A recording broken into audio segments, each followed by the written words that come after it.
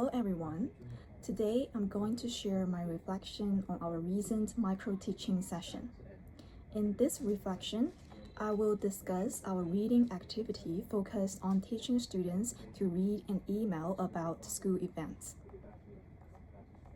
Our target audience is intermediate P3 students. This group has already been introduced to vocabulary related to school events, discussing terms like the piano festival, drum festival, and sports day. They are also familiar with the basic features of a letter, such as the title, greeting, writer, receiver, and date. For our lesson, we had clear learning objectives. We wanted the students to recognize the format of an email, including the receiver's email address, writer's email address, any attachments, and the greeting. Furthermore, it was essential for them to locate specific information in an email to answer the 5W1H questions: who, what, where, when, why, and how. In my section, I focused on development 2, where we encourage students to use their knowledge of email formats to identify specific paragraphs that contained answers to these 5W1H questions. This hands-on approach was designed to reinforce their learning. Reflecting on my performance, my group mates identified a few strengths. First, I utilized a scenario that helped engage my students effectively. Good, so Sam's grandma has poor eyesight. She cannot see anything, so she asked, Sam, I can't see clearly. Could you tell me some details? Okay, now Sam has a challenge here. Okay, so I introduced the character of Sam's grandma, who wanted to read an important email but struggled because she couldn't see the text clearly. This scenario not only triggered their interest, but also provided a real motivation for them to assist her, making the exercise feel relevant.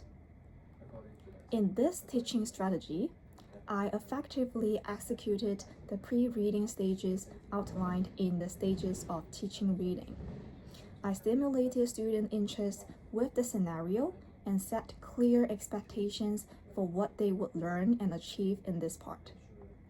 This alignment with pre-reading strategy helped create an engaging learning environment. Another strength was providing immediate positive feedback. body, very good. Okay, you guys have done a great job. Excellent. Acknowledging students' answers helped build their confidence and encourage their involvement in the lesson. This approach is grounded in the principles of assessment for learning, where timely feedback plays a critical role in student motivation and understanding. However, there are areas where I can improve. One aspect to work on is my language when giving instructions. I often said phrases like, I want you to, which can come off as a bit teacher-centered. Okay, so student A, you circle the question words and underline keywords. Student B, you need to locate the section based on the words. Okay, so now I will give. Instead, I could use more collaborative language, such as let's explore how we can do something, or how do you think we should? This not only fosters a more inclusive atmosphere, but also empowers students to take part in their learning process. Additionally, I realized that I could use more follow-up questions during discussions. This would encourage deeper thinking and allow students to elaborate on their answers. By incorporating assessment as learning principles, I can help students become more aware of their learning process. For instance, by asking, can you explain why you chose that word as the keyword? I can stimulate critical thinking and discussion, making the learning experience more interactive. In conclusion, this micro-teaching experience has been incredibly enriching, offering me practical, hands-on insights that I can carry into my future classroom practices.